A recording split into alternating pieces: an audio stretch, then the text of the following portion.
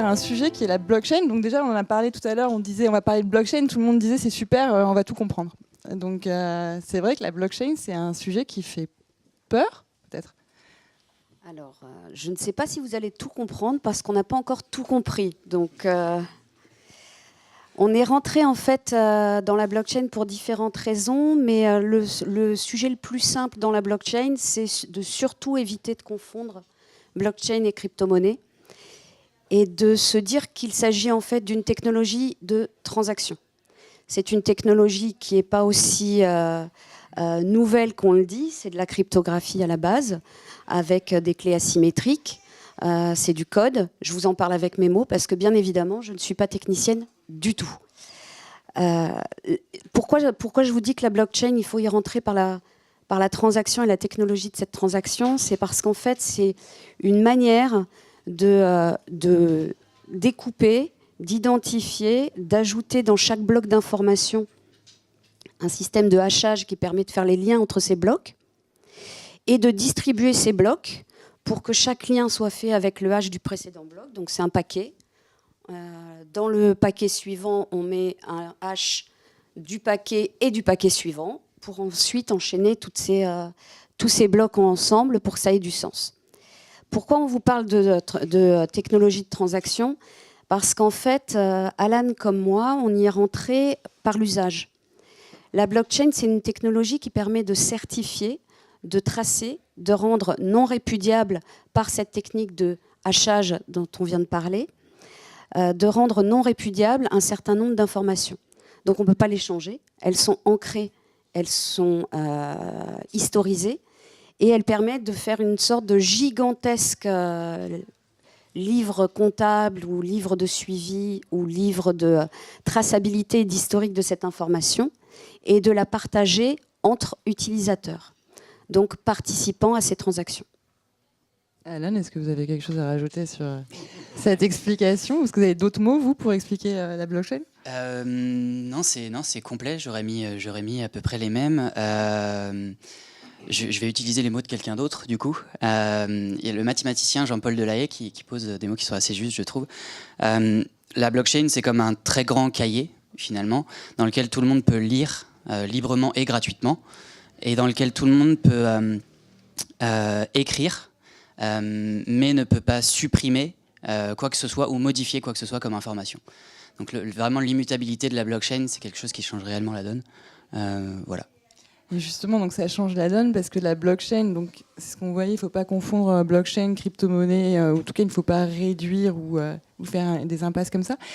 Parce que la blockchain, ça change beaucoup plus de choses en fait. La blockchain, ça nous ouvre des perspectives. Alors c'est pour ça qu'on parle de transaction, parce que derrière transaction, il y a beaucoup de choses. On peut échanger des choses, on peut échanger des titres, on peut échanger des informations identitaires, on peut échanger du patrimoine, des actifs, on peut collaborer. Et ce qui nous a amené, en tout cas moi, ce qui m'a amené à la blockchain, alors que j'y étais absolument pas prédestinée, c'est effectivement le champ des possibles.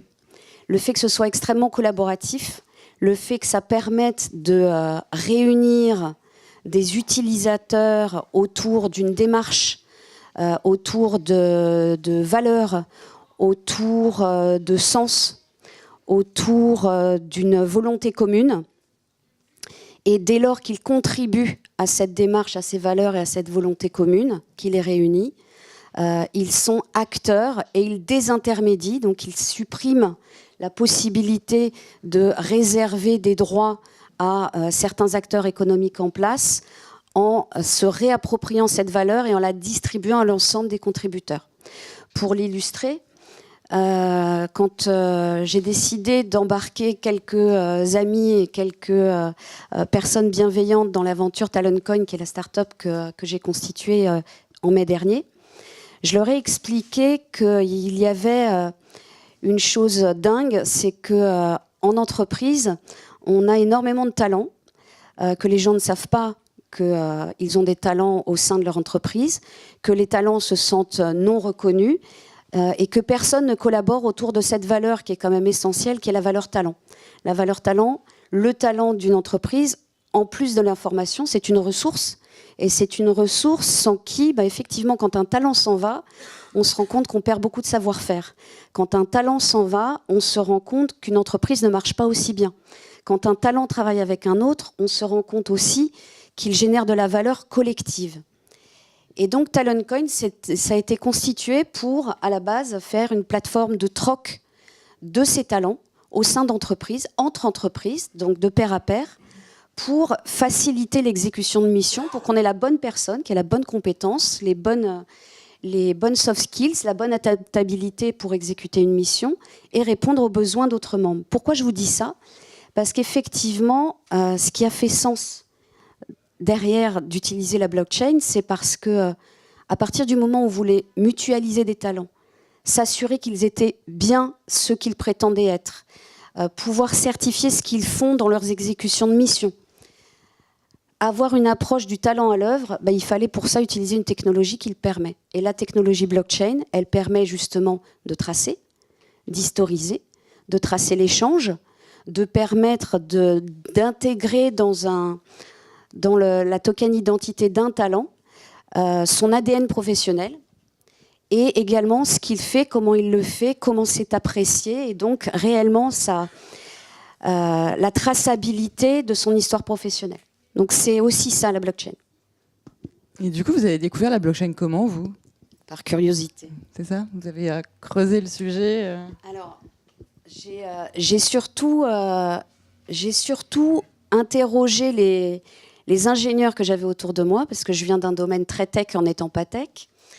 Donc je suis juriste en fait, et j'ai posé un certain nombre de questions à mes ingénieurs en leur disant ça a l'air assez perturbant cette technologie, comment vous vous assurez que les codes et le hachage sont intègres, pérennes, assurent une légitimité à ceux qu'ils embarquent comme information. Et j'avais pas de réponse. Donc mes ingénieurs, en l'occurrence, étaient des ingénieurs plutôt orientés télécommunications, infrastructure, donc transport. Donc ils me répondaient sur écoute, je peux t'expliquer comment transporter ces paquets de données. En revanche, la valeur et le pourquoi de la blockchain, je peux pas t'informer. Et donc j'y suis rentrée parce que je maîtrisais un peu plus, à savoir les smart contracts, parce qu'en blockchain, on parle de contrats intelligents. Et quand on a une approche transaction, c'est assez intéressant d'aller se poser la question de ce qu'est un smart contract, un contrat intelligent, savoir si effectivement un contrat peut être intelligent quand vous travaillez sur des contrats et que vous vous dites que la plupart, alors que vous êtes juriste, vous ne les comprenez pas. Et en fait, le contrat intelligent, qu'est-ce que c'est ? C'est effectivement le fait d'automatiser, de rendre, c'est un mini-algorithme qui permet de rendre immédiatement exécutables des informations de transaction. Donc des contrats intelligents, vous pouvez en avoir sur tout. Vous pouvez en avoir sur de l'échange de talents, comme Taloncoin. Vous pouvez en avoir sur des contrats de mariage. Vous pouvez en avoir sur des démarches, sur l'exécution d'une charte ou d'un manifeste avec des valeurs. Et c'est là où je fais la transition avec Alan, qui va vous expliquer ce qu'est aussi un contrat intelligent et une mesure d'impact. Merci pour la transition. Rapidement, pour répondre aux petites questions qui sont passées par là entre-temps, moi je suis tombé en 2 temps dans la blockchain. La première fois, début 2014, quand j'étais à Détroit. Alors je ne sais pas si vous êtes au courant un petit peu de ce qui s'est passé à Détroit, c'est une ville assez exceptionnelle, qui est tombée en banqueroute, qui a été frappée par les crises successives, et qui est un petit peu le laboratoire du monde. C'était le fleuron de l'industrie et de l'économie industrielle telle qu'on la connaissait. Et donc je voulais voir ce qui pouvait naître un petit peu là-bas, et puis contribuer à ma toute petite échelle à recréer un petit peu de résilience sur place. Et donc il y a des tas de mouvements qui se sont créés là-bas. Le do-it-yourself a été amorcé très fortement là-bas, les Fab Labs, l'Internet en mèche et des tas de choses comme ça. Et donc voilà, ça m'est tombé dessus, puisque le Bitcoin, en l'occurrence, était un vrai sujet là-bas. Aujourd'hui, ils ont réussi vraiment l'exploit de redevenir autonomes au niveau alimentaire et énergétique. Et donc voilà, une super expérience. Je vous conseille de regarder un petit peu ce qui se fait ou d'y passer. C'est assez inspirant. C'était pas mon sujet à cette époque-là, donc je suis passé dessus, je suis resté en veille. Et je suis retombé dessus dans le cadre de ma première boîte que j'ai montée, qui s'appelle C4Good, qui est rapidement une plateforme collaborative qui permet de rassembler localement des commerces locaux, des citoyens et des associations pour favoriser les comportements positifs.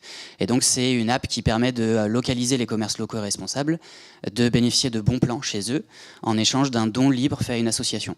Voilà, l'idée c'était de recréer un petit peu de recréer un écosystème un peu plus résilient et de rassembler tous ces acteurs qui vont fondamentalement dans le même sens mais qui le font chacun de leur côté. Et donc ça fait cette transition sur après, ce qui nous amène sur Poi, qui est la deuxième startup que j'ai cofondée cette fois. En fait, dans C4Good, l'idée c'était vraiment de mesurer l'impact des contributions de parties prenantes qui sont vraiment diversifiées, qui ont une manière de contribuer qui est aussi très différente.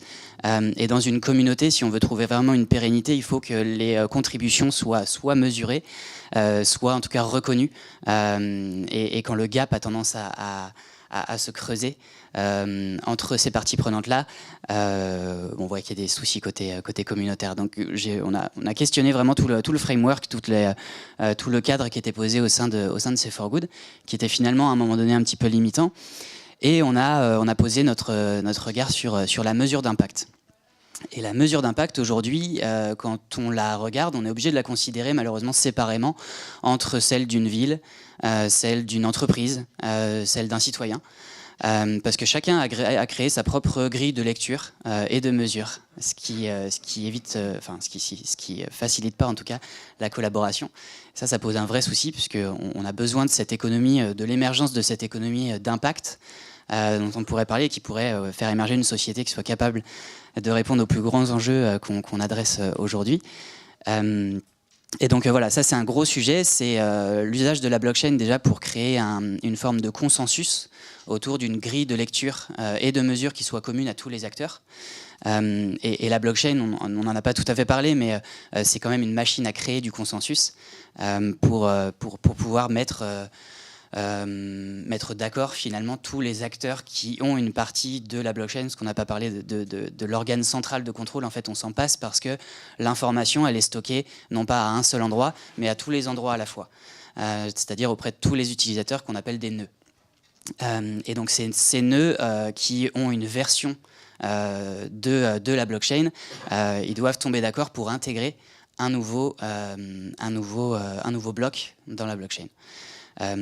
Ce consensus, il peut être trouvé sans un protocole, mais en l'occurrence, on utilise la plupart du temps des protocoles, dont le plus connu, celui du Bitcoin, qui est le Proof of Work, donc la preuve de travail, et qui fait débat pour des tas de raisons, notamment environnementales, mais ça avance. Et donc voilà pour ce sujet, donc créer du consensus, et puis de l'autre côté, tracer surtout les contributions de toutes les parties prenantes. Aujourd'hui, quand on se positionne comme un citoyen, on a l'impression qu'on a quand même énormément de devoirs. On est dans un cadre qui est un petit peu culpabilisant. On a l'impression qu'on fait jamais bien, jamais suffisamment. Il y a un syndrome de l'imposteur qui commence à se poser chez un petit peu tout le monde là-dessus, et c'est un vrai problème puisque c'est paralysant. Ça réveille les peurs, et l'idée de pouvoir mesurer déjà l'impact positif, nous c'est notre focus pour démarrer, de mesurer l'impact positif, c'est d'embarquer un petit peu les gens pour leur donner des outils qui soient intelligibles, pour qu'ils puissent comprendre et se réapproprier cet outil et avancer en autonomie dans un flow qui leur permette de comprendre et de s'améliorer, et qui ne soit pas culpabilisant. C'est un vrai sujet. Donc en fait, on est vraiment dans un positionnement de vecteur d'éducation populaire, je dirais. Donc on a un protocole qui s'appelle la Proof of Impact, d'où POI, POI. On a une application en fait qui permet de mesurer l'impact de nos actes du quotidien en connectant les applications qu'on utilise au quotidien, que ce soit dans la mobilité, le paiement, des éco-gestes et autres, et qui nous permet à travers les données d'usage qui sont envoyées dans le protocole de convertir les données d'usage donc en données d'impact, c'est-à-dire en épargne carbone, en empreinte nature, en empreinte écolocale, et de voir un petit peu les externalités positives qu'on contribue à générer. Le vrai enjeu derrière, en fait, c'est de repositionner le citoyen comme un vrai acteur, pas comme un spectateur des grandes décisions contre la lutte contre le changement climatique ou des grands enjeux de ce type-là, mais vraiment comme un acteur proactif qui qui participent à l'émergence justement de ce nouveau modèle. Voilà, donc rapidement sur le produit pour terminer. En connectant toutes ces applications et en effectuant des actes du quotidien, on va pouvoir cumuler dans différentes jauges de mobilité, de consommation, de santé, d'énergie et autres, des POI qui sont vraiment nos preuves d'impact positif pour la planète. Et toutes ces jauges et tous ces POI, surtout, ils peuvent être réutilisés ensuite pour accéder à la fois à des bons plans ou des dons à des projets, donc des associations ou des projets d'entrepreneuriat social et autres, pour revitaliser aussi le territoire. Donc il y a un ancrage territorial qui est vraiment important et qui cherche à repositionner toutes les parties prenantes dans cette mesure d'impact et dans les enjeux qui y sont liés. Et du coup, en fait, donc on voit, c'est vraiment le côté décentralisé de la technologie qui est intéressant. Et en fait, quand on entend parler comme ça de protocoles décentralisés ou de façon de fonctionner qui ne remet plus en fait une autorité à une seule entité, on a l'impression en fait que tous les utilisateurs, enfin ceux qui pensent la blockchain et qui travaillent dans la blockchain, ont un côté un petit peu anarchiste, non ? C'est une bonne question. En tout cas, c'est les origines de la blockchain, enfin de la blockchain telle qu'on la connaît, avec Satoshi Nakamoto et tous les. Pardon ? Et Vitalik, le fondateur d'Ethereum. Voilà, c'est vrai que c'est né quand même sur des forums cyberpunk et autres. Et donc, vous sentez, vous, pas trop non, vraiment explorateur de tous les nouveaux modèles, de tous les nouveaux possibles. Ouais. Mais ce qui est intéressant, effectivement, c'est qu'il y a vraiment des innovations radicales qui sont posées quand on observe l'économie du 21e siècle, comme elle s'est construite. Elle se caractérise vraiment par une grande verticalité. Et une concentration très forte des organes de confiance. Les banques sont les tiers de confiance garants du système financier, les assureurs sont les tiers de confiance garants de la gestion collective du risque, l'État est le garant du droit, de la sécurité, de la monnaie. Et en fait, ce que propose la blockchain, c'est un changement assez brusque finalement de ce modèle, avec un déplacement de l'organe de confiance d'un centre vers des extrémités qui sont vraiment atomisées. En distribuant en fait cette gouvernance et ce rôle de confiance et ce rôle de régulation. Et effectivement, même si historiquement, c'est rentré sur des cas d'usage qui se voulaient un peu anarchistes, révolutionnaires et cassant les codes économiques et sociaux, je pense qu'on aura noté que ce qui réunit les approches d'Alan comme de Taloncoin et comme d'autres acteurs et startups qu'on côtoie actuellement et qui sont encore là alors que la crypto-monnaie, elle, a subi un gros choc et une grosse chute. Les cas d'usage qui restent présents, ce sont pas des cas de révolutionnaires ou d'anarchistes, mais plutôt des personnes qui ont une logique et une démarche collaborative et contributive. Et en fait, ce qui nous réunit, pardon de t'avoir coupé, Alan, mais je pense que ce qui nous réunit, c'est aussi cette notion de la blockchain permet de la transmission de valeur. C'est en ça que c'est une technologie de transaction, c'est en ça que c'est aussi une technologie de distribution du pouvoir de décision, mais ça ne veut pas s'exonérer des droits régaliens des institutions.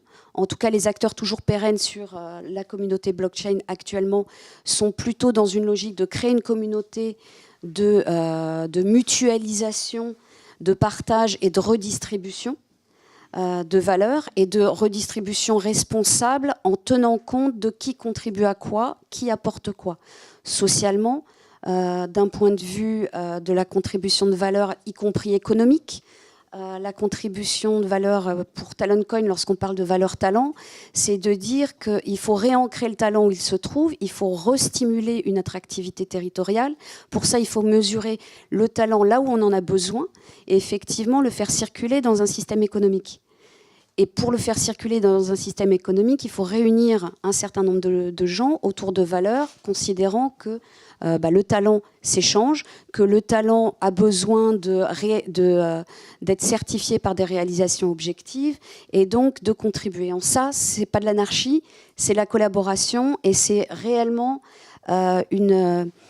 certains même juristes et avocats qui se sont lancés dans la blockchain, si effectivement ça n'était que révolutionnaire, s'en serait écarté ou l'aurait condamné.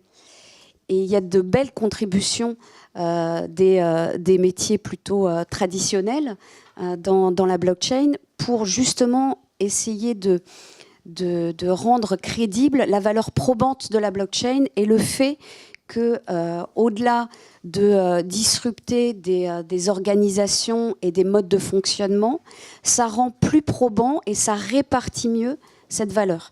Et en ça, c'est de la collaboration, c'est pas de la révolution. Ouais, c'est ça. Vous êtes d'accord?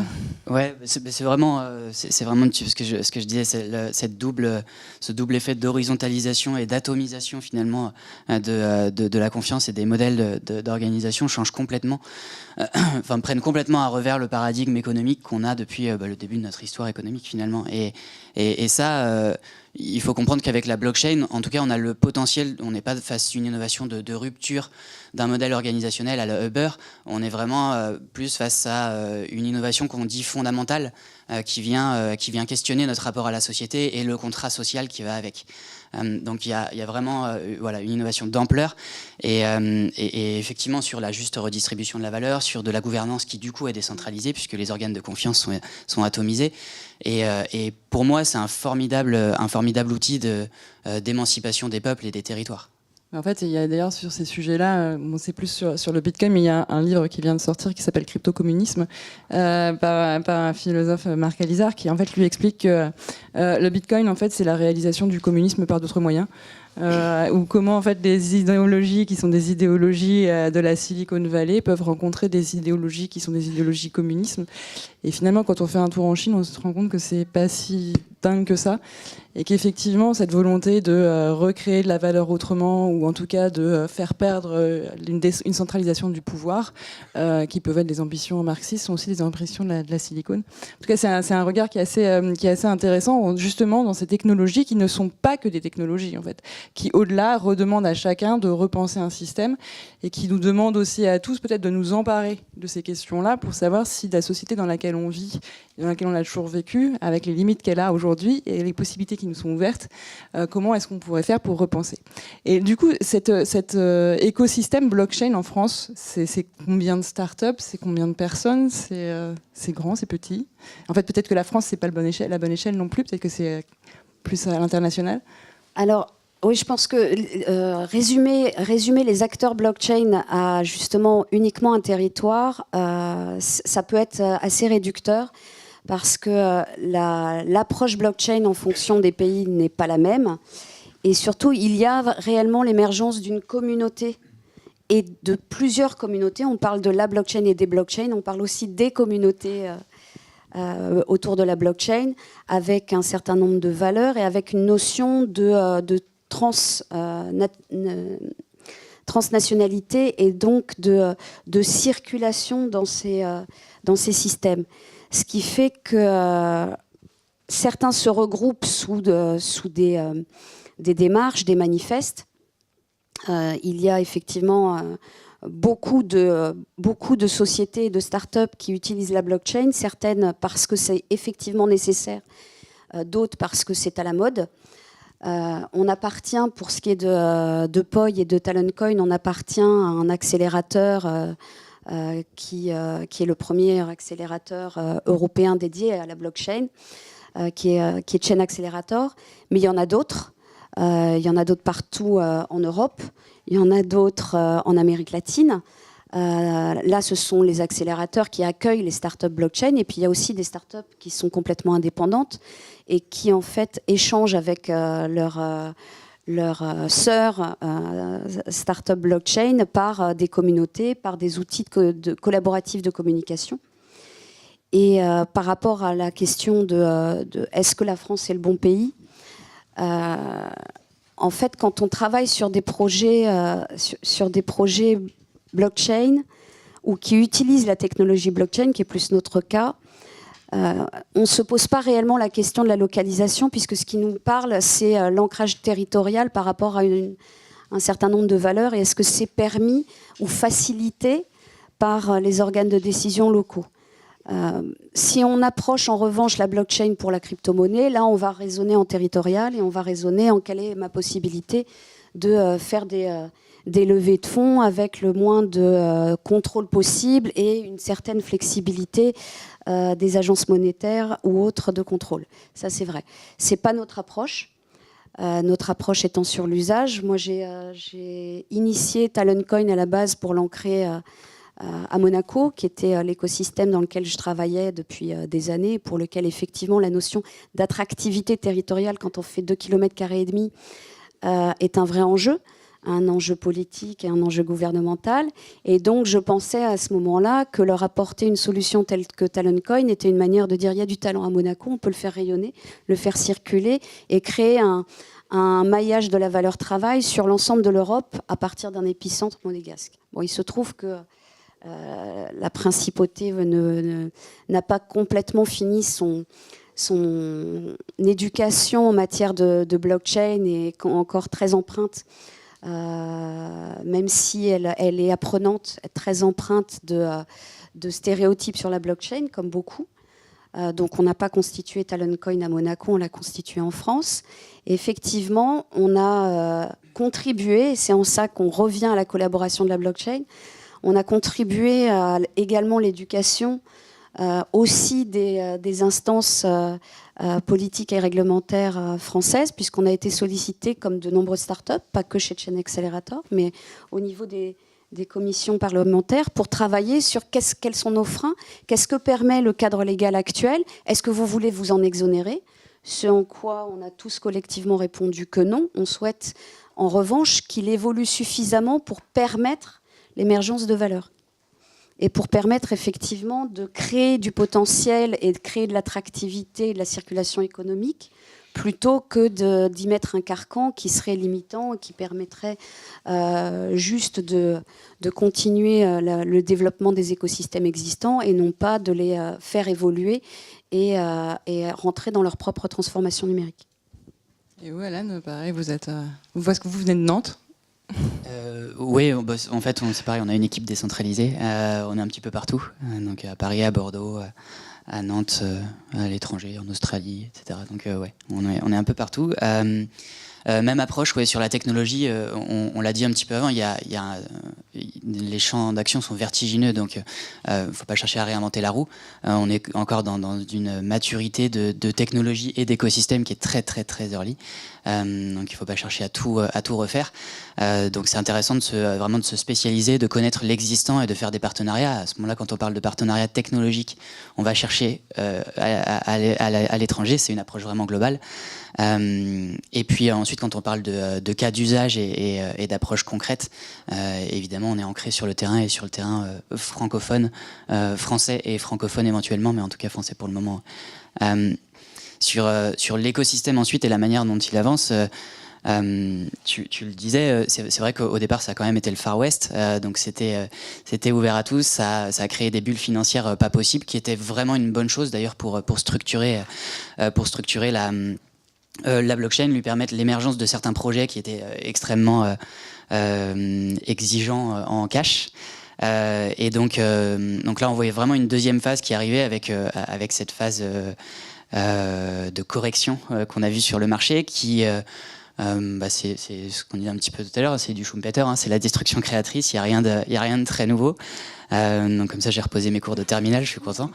Et c'est vraiment structurant aussi. Donc il y a des projets qui effectivement n'étaient pas suffisamment résilients et solides sur leur modèle, qui n'ont pas supporté ça, et on voit des gros projets aujourd'hui qui crashent, et c'est dommage, mais ça fait du bien à l'écosystème parce qu'on commence à faire vraiment un déplacement, alors un tri et puis un déplacement de la finance vers la tech.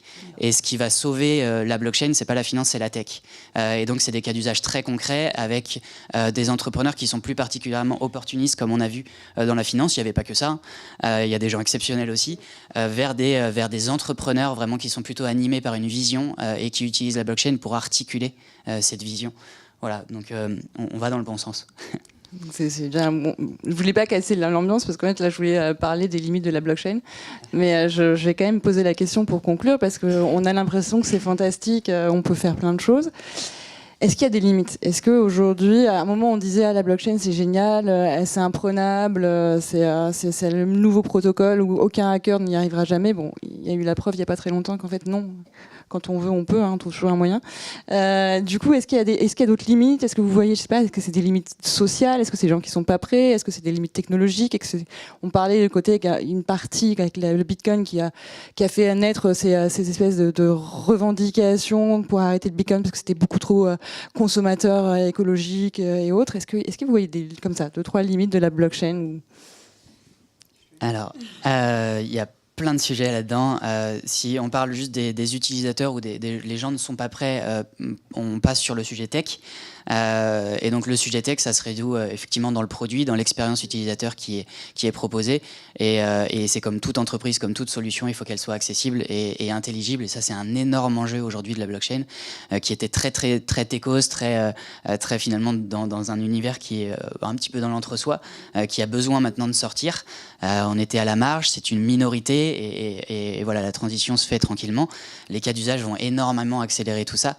En fait, la blockchain, ce que c'est et la manière dont ça fonctionne, finalement, c'est pas très important pour le plus grand nombre. Quand on demande à quelqu'un comment fonctionne Internet, voilà, pas grand monde va être capable de répondre à ce type de questions. Donc, c'est plutôt ça sert à quoi. Et quand les cas d'usage vont être posés et utilisés, on comprendra très vite les avantages et la valeur ajoutée de tout ça. Ensuite, sur la technologie évolue énormément. On a parlé du proof of work, effectivement, qui est questionné.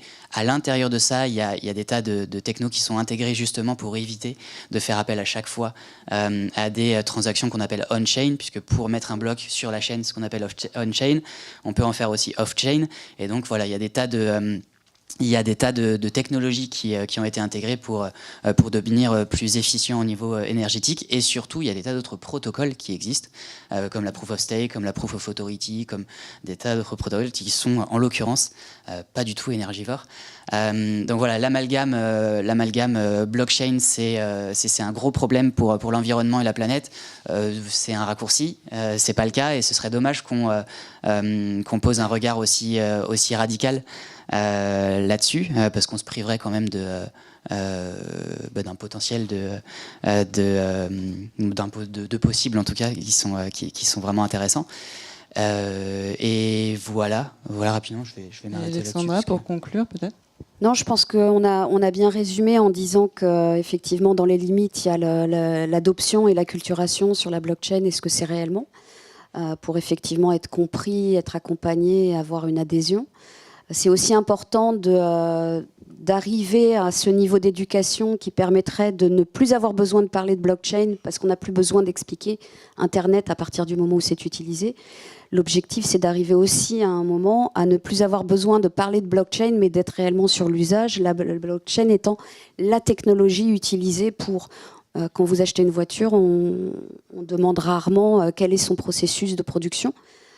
Et de certification et traçabilité, ce que permettra d'ailleurs la blockchain, puisque la blockchain a des applications supply chain assez étonnantes et on applique de plus en plus la technologie cumulée avec d'autres technologies telles que les IoT dont on n'a pas parlé, mais qui permettent aussi de montrer que la blockchain est une partie d'une valeur technologique apportée à un modèle économique ou apportée à une utilisation. Dans l'automobile comme dans l'agroalimentaire, on utilise la blockchain, les IoT. On peut même le cumuler avec l'intelligence artificielle. C'est ce qu'on fait, pour le coup, c'est ce qu'on fait chez Taloncoin en éduquant un jumeau professionnel pour pouvoir projeter la carrière d'un talent à l'avenir. Donc il y a beaucoup de R&D. La limite, elle est financière aussi, effectivement, parce que les bons ingénieurs qui savent pratiquer la blockchain et pas juste en parler sont rares, sont pas toujours évidents à trouver et pas toujours suffisamment matures dans l'approche pour comprendre ce qu'ils doivent effectivement ancrer, comment le faire. On a également d'autres limites qui sont des limites techno sur le fait d'ailleurs, il y a aussi l'émergence de puristes des protocoles blockchain, comme notamment sur le Bitcoin, on a une grosse émergence d'un nouvel acteur qui veut être sur le Bitcoin originel pour effectivement éviter la duplication des sidechains, le fait qu'elles commencent à être potentiellement hackables. Donc ça, c'est aussi, ça fait partie des limites. Il y a des limites techniques, il y a des limites d'acculturation, il y a des limites également de la gouvernance des États qui doivent aussi s'adapter, ne pas avoir peur et avoir une logique d'encadrement. Donc certains pays sont limitants, d'autres sont accompagnants, d'autres veulent effectivement légiférer pour s'assurer que leurs pouvoirs régaliens seront bien toujours exécutés dans le cadre des nouveaux acteurs économiques qui enrichissent ou pas les différents marchés. Mais je pense que c'est le cas dans à la fois beaucoup de technologies et à la fois on commence par la peur et puis après on a l'adoption et puis après on a la circulation et on a la transformation. Donc c'est limité, mais pas que. Et le but c'est effectivement d'aller sur l'ensemble du champ des possibles plutôt que de chercher les barrières. Merci beaucoup à tous les deux pour cette présentation un peu différente, j'espère, des blockchains. Est-ce qu'il y a des questions ? Voilà. Alors, je vais passer mon micro. Oui, moi j'ai une question peut-être un peu piquante, mais on se la pose tous. Est-ce que la limite de la blockchain, c'est pas le fondement sur lequel elle est reposée, cette horizontalité qui permet en fait à n'importe qui, par exemple je pense à la Corée du Nord, d'avoir beaucoup de bitcoin, de faire du blanchiment d'argent en utilisant notamment des crypto-monnaies. Et je voulais savoir comment quel est votre regard sur cette horizontalité ? Est-ce que justement avoir une verticalité, ce n'est pas aussi mettre des stops là où il faut les mettre, là où on ne peut pas les mettre quand c'est horizontal justement ? Je ne vais pas prendre la main sur cette question-là. Bon, je vais au charbon alors. Forcément, ça éveille des peurs, c'est pareil. Il y a des écueils, il y a plein d'écueils qui sont à explorer. L'organisation complètement décentralisée, elle n'est pas créée non plus. Il y a plein de choses à expérimenter. Tout se joue aussi dans l'humain. On règle pas tout avec des algorithmes. Il y a toujours de l'humain derrière. Donc effectivement, il faut bien comprendre qu'on ne délègue pas toute la confiance à des algos. Ensuite, pour répondre aussi, je vais faire un petit peu une pirouette pour dire qu'il y a 3 types de blockchains. Il y a des blockchains publiques, Bitcoin, Ethereum et autres. Il y a des blockchains privées, donc avec un organe central de contrôle. Bon, finalement, c'est une base de données, mais voilà, décentralisée, qui peut être adoptée. Voilà, si on cite des exemples, Carrefour, quand ils ont mis en place la blockchain pour la traçabilité des poulets, c'était une blockchain privée. Ce qui pose la question finalement de la communication autour de la blockchain, puisque c'est pas réellement décentralisé, puisque c'est eux qui intègrent et qui valident les informations qui y sont entrées. Donc voilà, ça c'est des problématiques aussi de communication et de la hype autour de la blockchain, mais bon, on va y aller petit à petit. Et puis il y a des blockchains de consensus, donc qui sont privés. Et il y a des blockchains hybrides en plus. Donc il y a des blockchains de consensus avec donc une blockchain qui est par définition privée, mais qui a plusieurs nœuds de validation. Donc on va pouvoir à ce moment-là, sur la traçabilité des poulets, admettons, ou sur, si on prend le retail, avoir une blockchain qui est commune à Carrefour, Auchan, Leclerc, etc. Et chacun peut intégrer de l'information et ils la valident ensemble en trouvant un consensus. Même chose. Voilà. Et donc ça permet sur toutes les chaînes. D'ailleurs, il y a un bouquin qui est extrêmement intéressant là-dessus, c'est 4 Français dont j'ai perdu les noms parce que je suis pas très bon en noms, pour me rappeler des noms, qui s'appelle Blockchain vers de nouvelles chaînes de valeur. Et c'est vraiment intéressant de voir comment on re-questionne aussi toutes les chaînes de valeur pour recréer voilà, dans tout le secteur pharmaceutique, voilà, dans des tas et des tas de secteurs, comment on fait collaborer des gens sur des données qui sont très sensibles et qui aujourd'hui restent en silo parce qu'on a la peur de les partager. Ensuite, sur le sujet de la Corée du Nord qui cumule des bitcoins, est-ce que c'est vraiment un sujet s'ils veulent acheter des bitcoins ? En fait, la Russie en achète aussi, Goldman Sachs en achète aussi. Finalement, le pouvoir, c'est pas particulièrement d'avoir des bitcoins. Le pouvoir derrière le bitcoin, c'est plutôt le protocole, donc la proof of work, et donc davantage la puissance de calcul qu'il y a derrière. Et ce qui peut questionner quand on parle de sécurité, parce que c'est vrai que j'ai pas rebondi dessus. il y a ce qu'on appelle des attaques 51%. Quand on a 51% de la puissance de calcul dans la proof of work, on peut à ce moment-là forcément manipuler le système. Et donc plus le réseau est grand, atomisé et puissant, plus les calculs sont difficiles et donc plus le coût à l'entrée est fort. Ce qui rend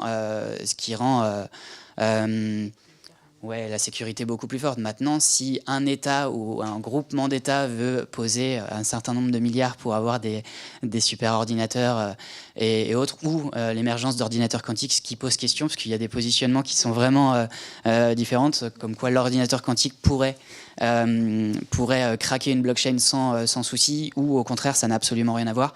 Bon, voilà, ça se questionne, il faudra voir côté aussi cybersécurité et autres.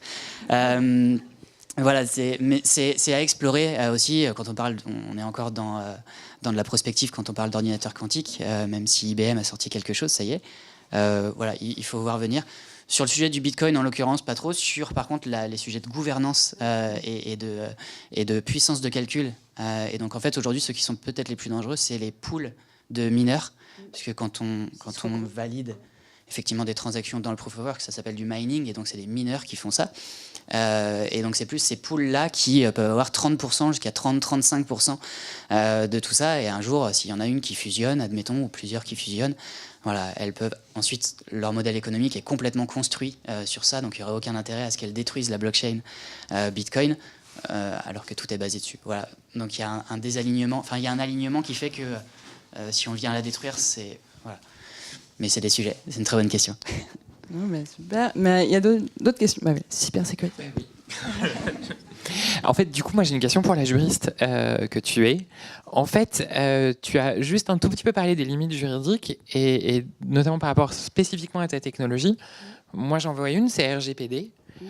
Tu manipules les données à caractère personnel.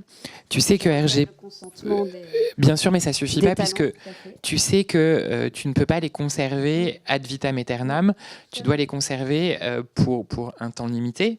Or, la blockchain repose justement sur quasiment l'éternité avec une mémoire infinie. Du coup, comment toi tu deals ? Est-ce que tu n'intègre pas en fait les données personnelles, mais uniquement les données de transaction dans la blockchain. Ok. Et je recueille le consentement de l'individu.